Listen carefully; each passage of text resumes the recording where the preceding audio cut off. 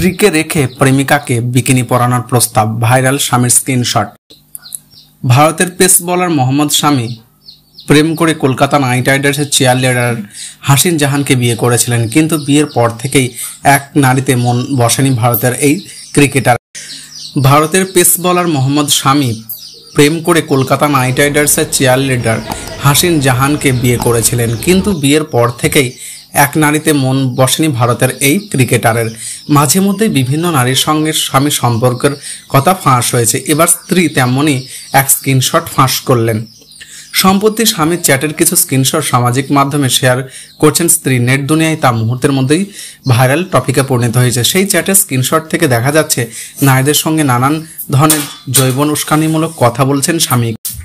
স্তন্যপানের আবদার করেছেন, কখনো কোনো নারীকে বিকিনি পরে আসার কথা বলেছে। যৌন সম্পর্কে নানা ধাপ নিয়ে আলোচনা চলছে, যদি এগুলো স্বামীর ফোন থেকে তোলা এমন কোনো প্রমাণ মেলেনি। এদিকে স্ক্রিনশটগুলো শেয়ার করে প্রেস বলা স্বামী লিখেছে, পাগল কুকুরের দল আমার পিছনে লেগে রয়েছে, এই কুকুরগুলো তুমি শাস্তি দাও।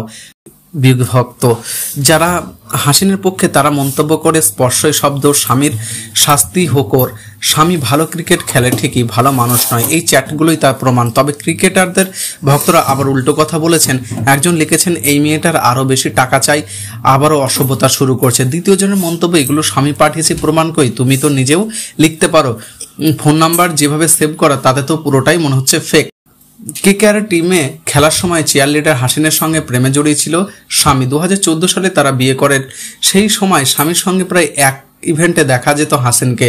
2015 সালে তাদের একটি মেয়ে হয়ে সন্তান হয়। এর কয়েক বছরের মধ্য থেকে সম্পর্কের অবনতি হতে থাকে।